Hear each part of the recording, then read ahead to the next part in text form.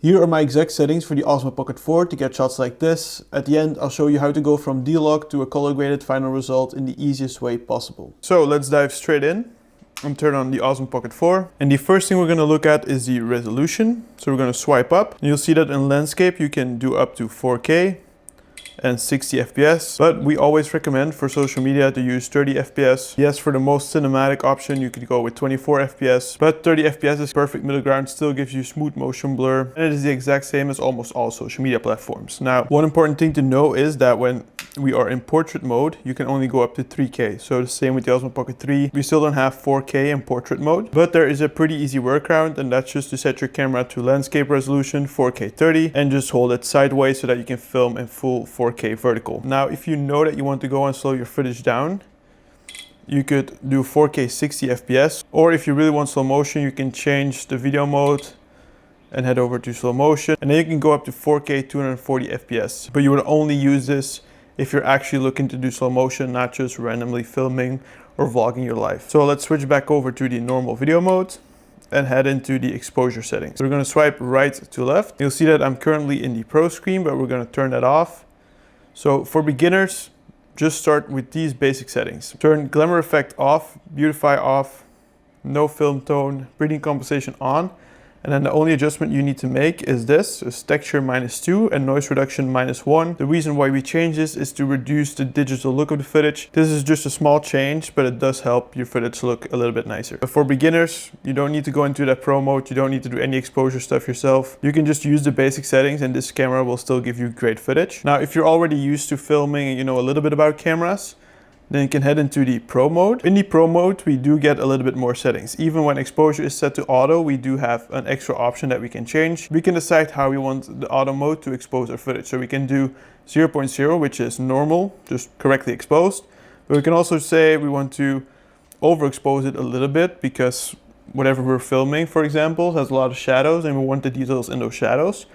Or we can say, you know what, underexpose a little bit by -0.3 so that the highlights aren't as blown out as they would be at 0.0. Now, we do not recommend going beyond 0.3, either negative or plus, because that will likely lead to blown out highlights or super dark areas in your footage, or your footage is being underexposed. Now, if you want smooth motion blur and the most cinematic effect, you will have to use the actual manual mode, and you will have to follow the 180-degree shutter rule, which simply means that your shutter speed should be double your FPS. And the reason why you should follow the rule is purely for smooth motion blur. This means that the video will look similar to what we would see with our own eyes in real life. Now, on this right side, something that has changed from the Osmo Pocket 3 is that we can only choose 400 to 6400 for the ISO range, which is kind of annoying because it means you can protect yourself from high ISO, which could lead to noise. But with this setup, your videos would still automatically expose because we set it to a range and you will have that constant motion blur. But important to know is that if you use the fixed setting like this, your videos will be overexposed when it's a sunny day out, for example, and that's why you need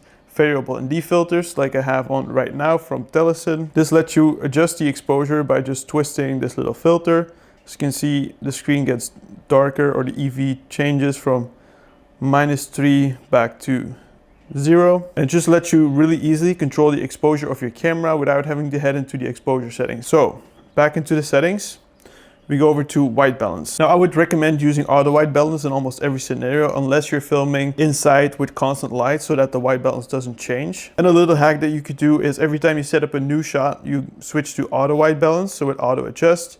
And then right before recording, switch back to manual so that it doesn't change the white balance while you're recording. But for most scenarios, auto white balance is what we would recommend. Then glamour effect, of course, we have to off, and color. You have two choices now. You have normal or you have D-Log. Now, the great thing about the Osmo Pocket 4 is that we now have actual D-Log and not just D-Log M. So for color grading, this is phenomenal. You can also recover a lot more when you're color correcting your footage with all that extra information. So for the best possible results, use D-Log. If you don't want to deal with D-Log, you can also just use normal. You will still have great footage. You will just have a little bit less flexibility when editing. And we'll show you later on that using D-Log really isn't as difficult as you might think. Then we scroll further down. Focus mode we set to continuous. Breathing compensation we have on.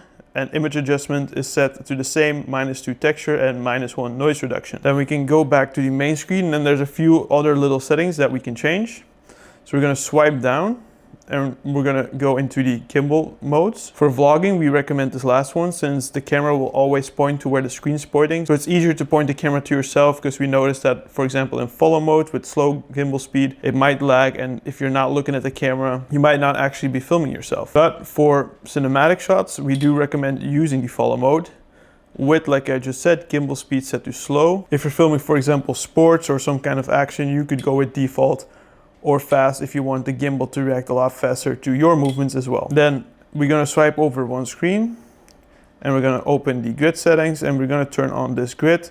This will give you these lines on the screen, which make it a lot easier to actually frame your shots and, for example, follow that rule of third. And then one more small hidden feature is the bitrate setting. So we're gonna swipe down, head into the settings icon and scroll down a little bit until we see bitrate, and we're gonna set that to high. This will give us the absolute best quality possible out of the Osmo Pocket 4, but do keep in mind that your file sizes will be a little bit larger and it probably also drains the battery a little bit faster. And those are the exact settings that we use for all of our videos and that now you can use as well for yours to get the best possible quality out of the Osmo Pocket 4. So now that you know all of the different settings for the Osmo Pocket 4, let's dive into CapCut and show you how to color grade D-Log in the easiest way possible. I have 3 D-Log clips ready inside of the timeline, so let's get started and go straight into adjustments where I've imported the looks that we're going to use from our DJI LUTs pack. The first step we need to do is convert D-Log back to normal looking colors so that we can then apply a creative look. So this top left one is our conversion LUT. We will press the plus icon to add to our track,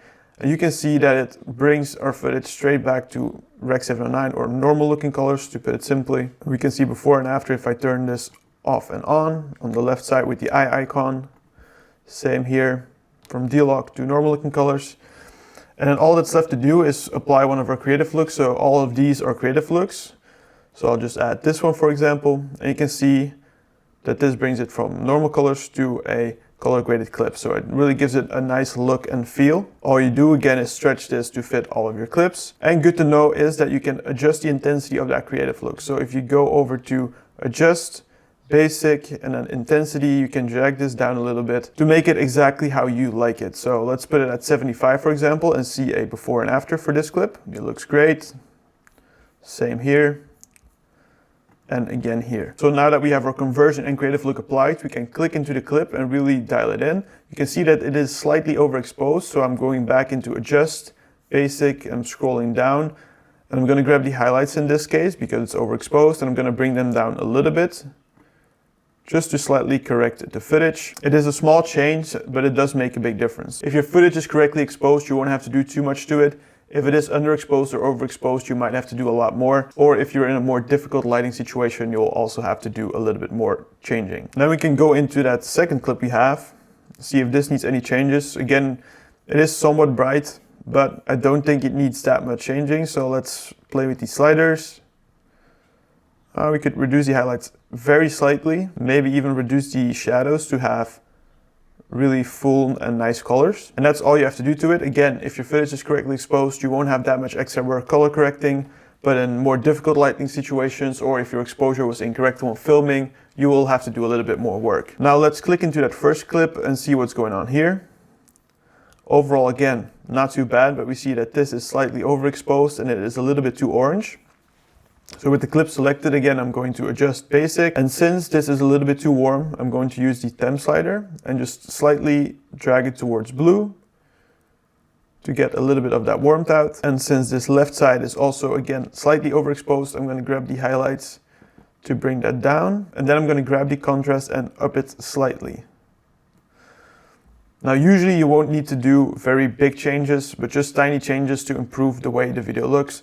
So if I turn this adjustment off and on, you see that we go from a really overly warm and bright image to a little bit more bluish and corrected. Now that is exactly how easy it is to color grade D-Log using the free version of CapCut on your computer. But there's an even easier way using our combination LUTs. So I'm going to remove the 2 layers that we have now.